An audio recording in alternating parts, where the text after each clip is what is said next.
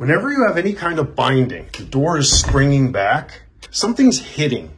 It's not going where it wants to be. So the first thing you need to do is look at the hinges. Because ideally, we want our hinges to be lined up like this. And if a hinge is lined up like that, or like that, it can cause binding. Look at your hinges one by one and gently push the door. See how that hinge is moving? That hinge is over here, and it wants to be here.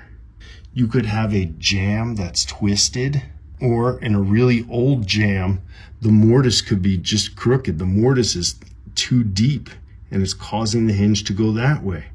So here's that hinge. You can see what I did. I put hinge shims here. So instead of the hinge going like that, now it's going like that. So I put these shims behind there, and that's what caused it. That's what put the hinge on an angle. But it could have been caused because maybe the mortise was really deep right here, but shallow here, and that caused the hinge to go on an angle. So if that was the case, if it was mortised in that way, then what I would do is put shims in there to fill that mortise and make that hinge flat again. So I'm gonna take those out and just screw it back in. So now we have the hinge going straight. Let's see how the door acts. Now that the hinge is straight instead of over here, it opens and closes easily. So that's one form of hinge bind. Here's another cause of hinge bind you might see. Screws are not flush with the hinge. You will see homeowners and handymen put in all kinds of crazy screws that are no good. Take those out, get your screws flush with the hinge so that the hinge can actually close. Because when these things are sticking out, the hinge hits against here and it can't close all the way and it bounces back. Okay, here's another kind of bind. I got a piece of a door on here so I can show you. You got your door installed, you close it, but look, instead of having a nice gap all the way around, you have no gap here. I realize it looks like a gap, but it's not. It's just a black line, it's just shadow. And you can see from the top, there's no gap there. And that's not good, especially when they want to paint it. It's gonna stick to the jamb, and that's gonna cause problems. We need a gap. We want that thing to be like that. Now that's a nice gap. So what's causing that? In most cases, you've mortised them too deep, or the mortise on the jamb is too deep. Whenever you're swapping out a door, before you hang the door, always check the hinges on the jamb. And you want to make sure they're flush with the jamb. These are. But look at this hinge. It's mortised way too deep. See? I totally screwed that thing up. This thing should be flush with the door, but it's not. So we're going to use our shims. When you've mortised the hinges too deep, or if the mortise on the existing jamb is too deep or uneven, take your shims before you do anything and figure out how many you need. Just place them on top of the hinge until they're flush. So now that's flush, and that's 3 shims. So now I can take this off, put my 3 shims behind there, and that'll bring that flush.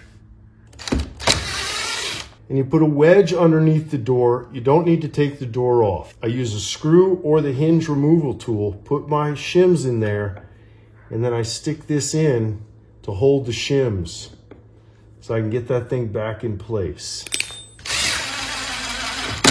See, now my hinge is flush with the door again, and that'll give me my gap.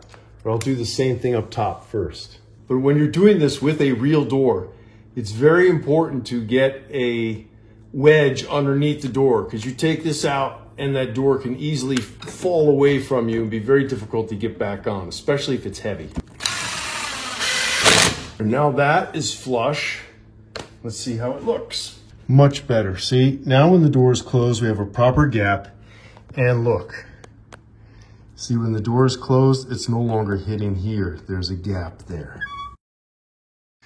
And now I'm going to show you what I call the bevel bind. Let's imagine you plane this door and you didn't realize you put it on a bevel. Now, I'm exaggerating, of course, like I do with all of these examples because I want you to truly understand what I mean. You might have beveled the whole door like this, or you might have just beveled one end or just the middle. You know, sometimes your planer can slip a little bit and you end up beveling the door. So let me show you what happens when you install a door that's been beveled like that. So you got your door installed, you don't realize you did that bevel, and now look, you have a giant gap here.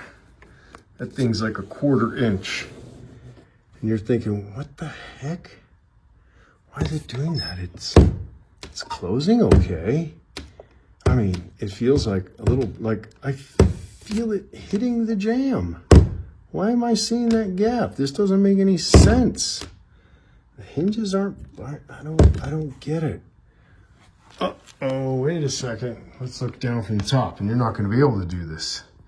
See, this edge hits right there. This edge doesn't, has this giant gap because you cut the door on an angle. Oh. And you can't just use shims to move that thing around because that thing, you can't put that anywhere. So what you got to do is take the door off and then replane it and hope it's still big enough. It doesn't have to be perfect, but at least, you know, take this edge down a little bit to reduce that gap. That's all you can do. Closing the door, and what the heck? It's bouncing back like crazy.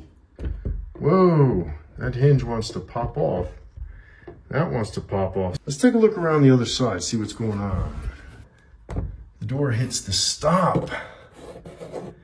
And this is more common than you think. Since the door's hitting here, I need to get the door to go that way. I could take these screws out and just kick the hinge back that way, but let me take a look at my door first. Oh my gosh, look at that. I put that hinge on all wrong. See all this room I have here? I can move the door this way. So that's what I'll do. Do whatever is, you know, easiest and looks best and is gonna be most secure. You know, just take the screws out of the middle hinge and just leave it there. Now, when you take this screw out, you're only gonna have screws in the top hinge. So you either wanna put a wedge under the door or put your foot there. You know, if it's a hollow door, you can usually just hold it. We'll take this out. And I know where I have to move it. If the thing is off an 1/8 inch, move your hinge an 1/8 inch. If it's off a 1/4 inch, move your hinge a 1/4 inch. We'll just put it like that. And I haven't done anything to the middle hinge yet. Now see, that solved my problem. It's not hitting the stop anymore. And we've got a nice even line the whole way.